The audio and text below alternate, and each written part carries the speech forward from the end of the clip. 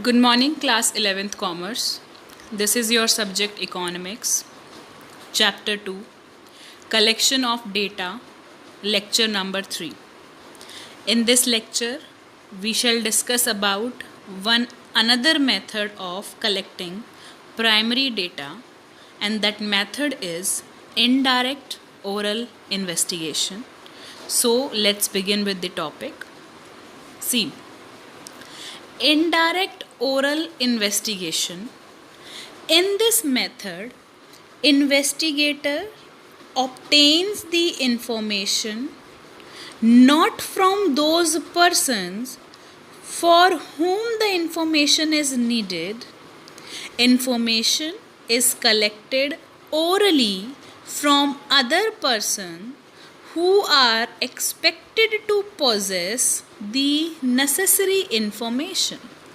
For example, I am suppose roll number 1, roll number 2, they are not present in the class. Fine. And I asked roll number 3 that what was the marks they gained in their previous test. Fine. That means I am not asking roll number 1 and 2 personally. I am asking roll number 3 about them. Fine. Let us take one another example, that in parents teacher meeting. Fine. You are coming with your parents and I am not asking you that why are you not studying at home. I am asking your parents about you. Fine. So that is what known as indirect oral investigation. Fine. And that investigation is done orally. But I will ask only to that person who possess the exact information, or who possess accurate information, or the person who knows you well. For example, there is bonding among class 11th commerce, but class 11th commerce rarely talk with the science student. If two students are absent from my class, and or suppose they are even present, and I want to know their marks, I am asking the science student thinking that probably they know their marks, or they might be knowing the marks of those commerce students. But is that the right way? No. But if I am asking other commerce student about their own commerce classmate, they'll be easy. That will be easy, because there is good friendship, good bonding between the commerce student. So from that, I'll be able to obtain the reliable data. Clear? So the other person from whom I am collecting the data is known as witness. Clear? For example, another example, let us take the data on the economic condition of the workers may be collected from their employers rather than workers themselves. I am not asking the workers what is your working condition, what is your wage rate. I am not asking them. I am asking their employer, their leader, their supervisor, their manager. That means it's an indirect oral investigation. Are you getting this point? So, indirect oral investigation is the method in which investigator is who is investigator? Investigator is the person who is investigating, or who is collecting the data. Fine.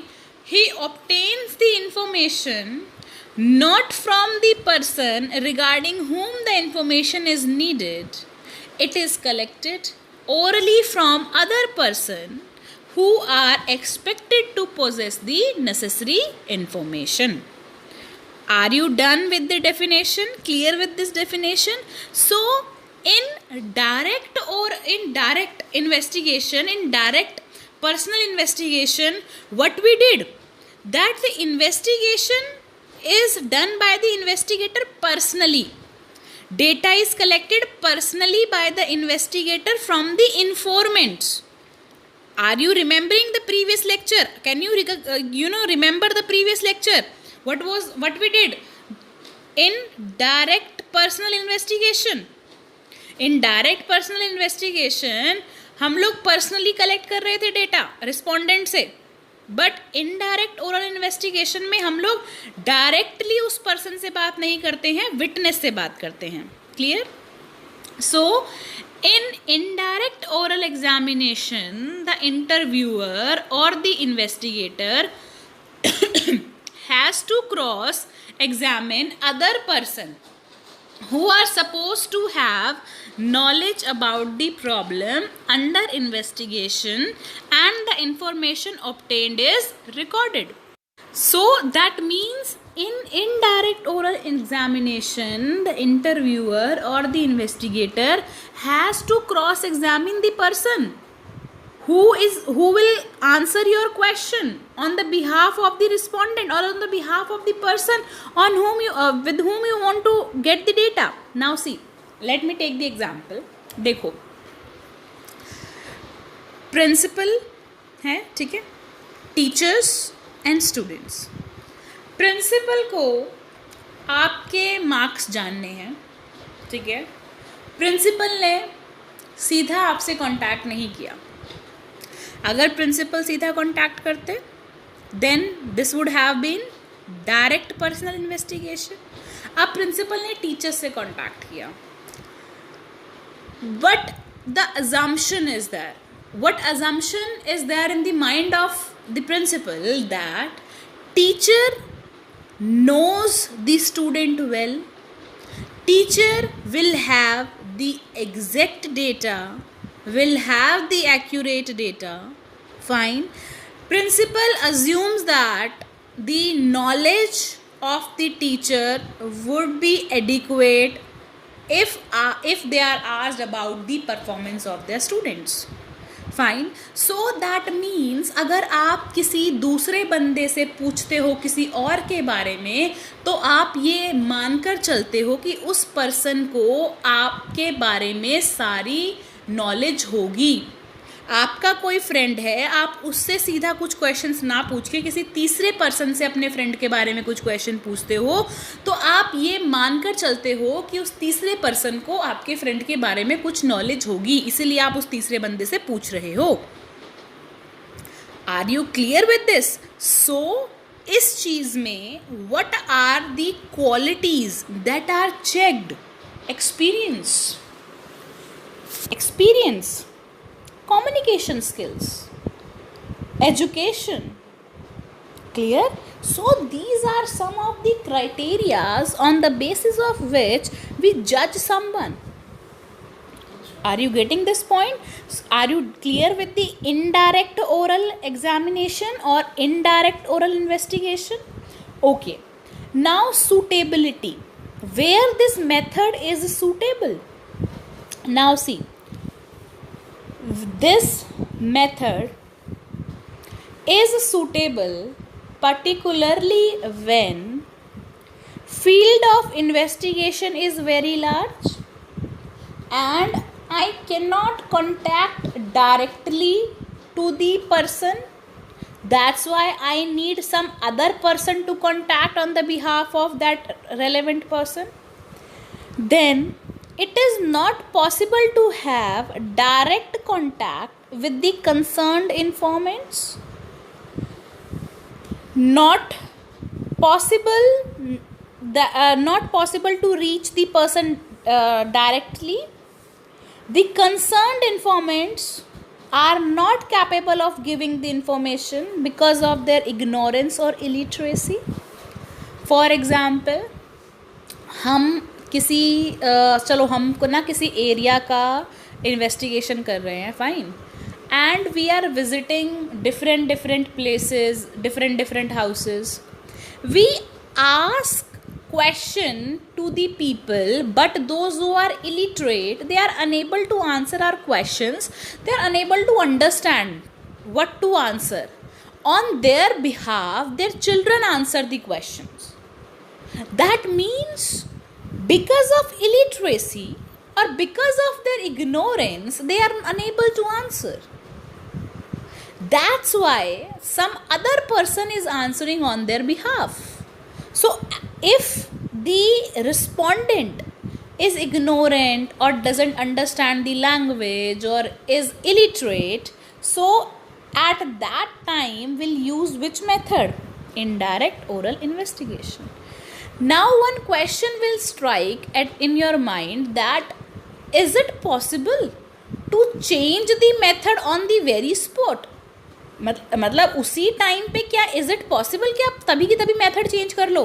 You are prepared for the direct oral direct investigation, direct personal investigation, लेकिन वहाँ जाके पता चला कि जिन लोगों से आप बात कर रहे हो, जो आपके रिस्पोंडेंट है, they are illiterate, so you jumped into indirect oral investigation. So is it feasible? No. Before going for any investigation, before going to any research, it is already planned that which method will you use. Clear? So this method is, first point, this method is useful when the respondent does not want to respond directly to the investigator. हो सकता है respondent shy हो, he is not confident enough, he don't want to answer the investigator directly. Clear? So at that time we'll use which method? Indirect oral investigation method. Okay. Here the investigator, instead of directly approaching to the informants, contact the third parties known as a witness capable of supplying the necessary information. Here he presumes that the witness has certain information which will be beneficial to the investigator. Clear? Police department, for clues about theft and murders, uses this procedure.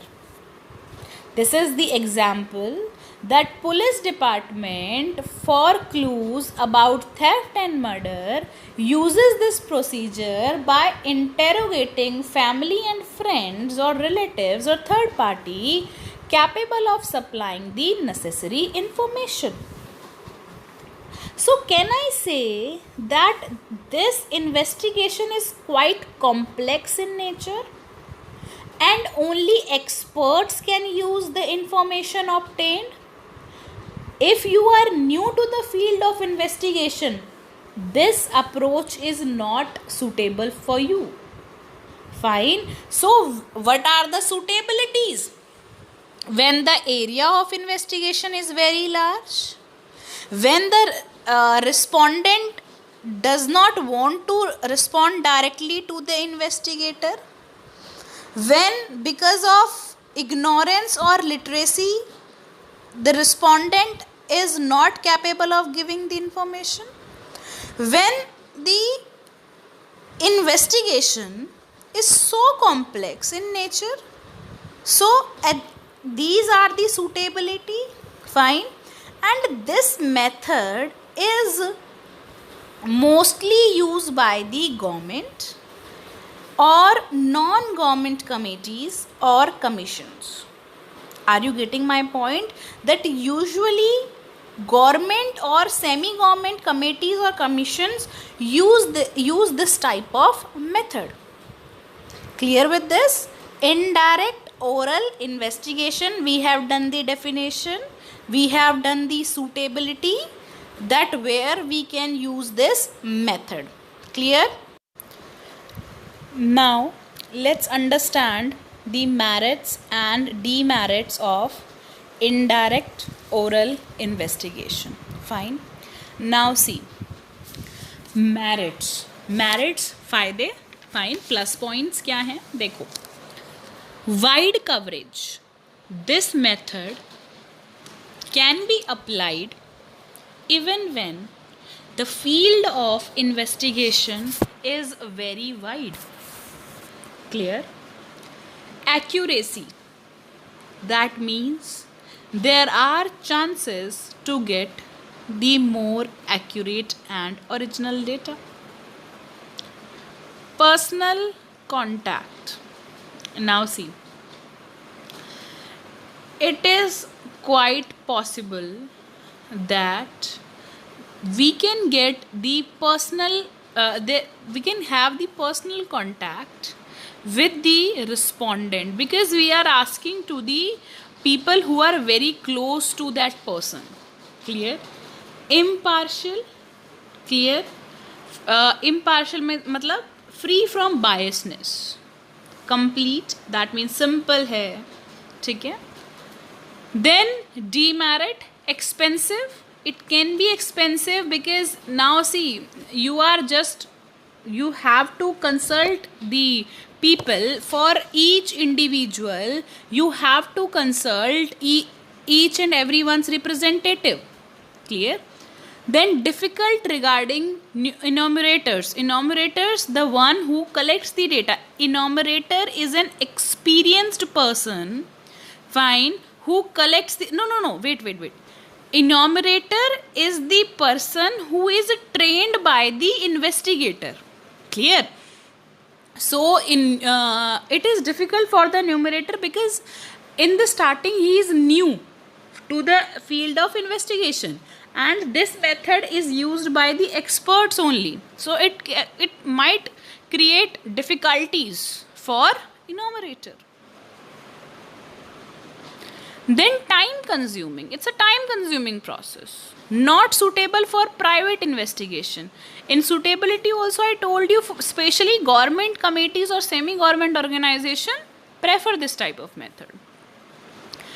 Inaccurate data. You may get less accurate data because information is obtained from the person other than the concerned informant.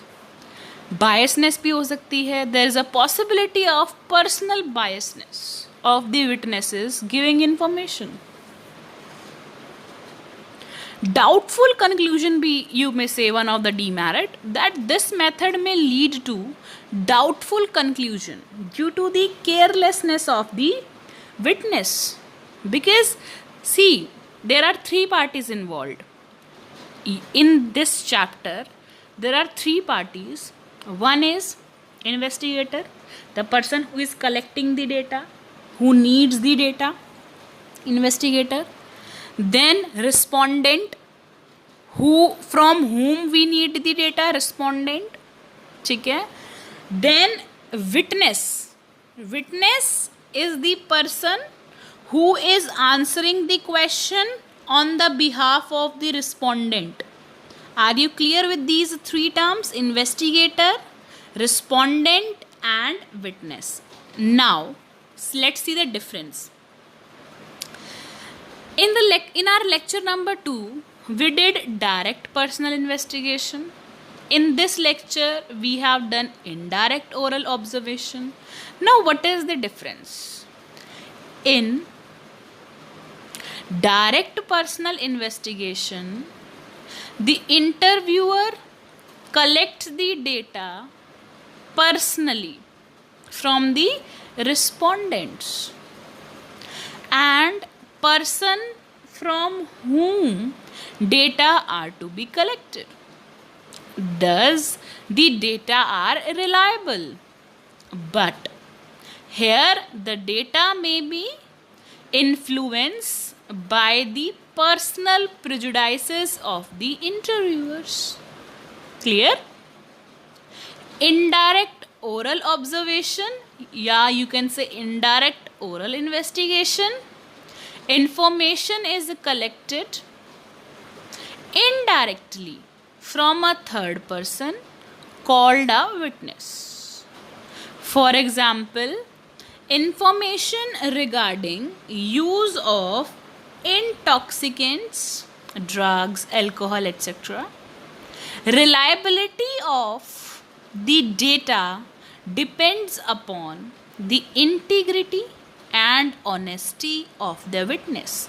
जिस witness से आप question पूछ रहे हो वो ही गलत जवाब दे दे, and maybe he is not serious, maybe he is not a good friend of the respondent, maybe he feels jealous of the respondent, that's why he is giving the wrong answers.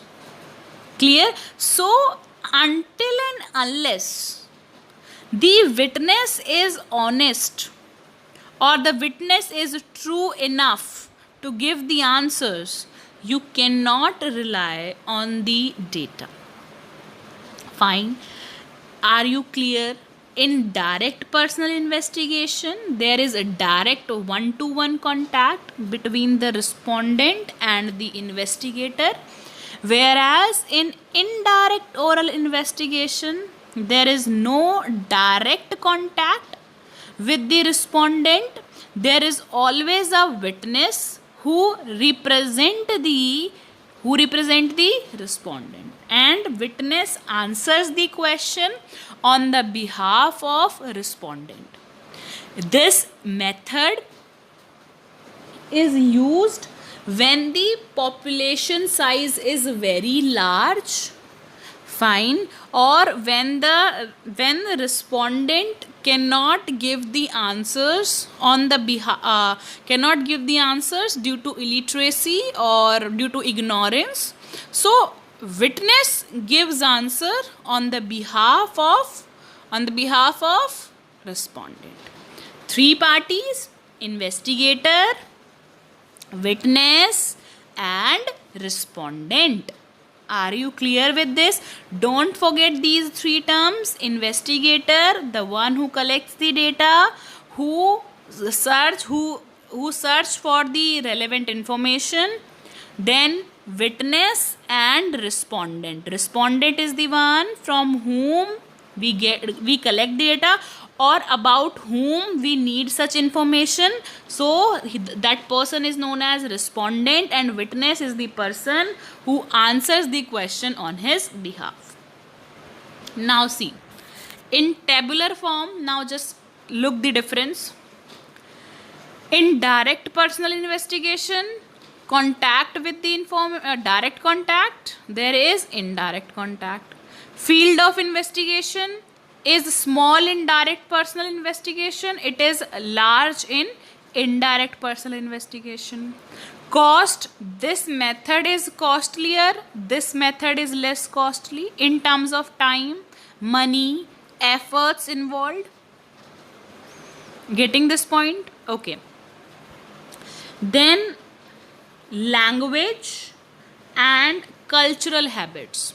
Now see, in direct personal investigation,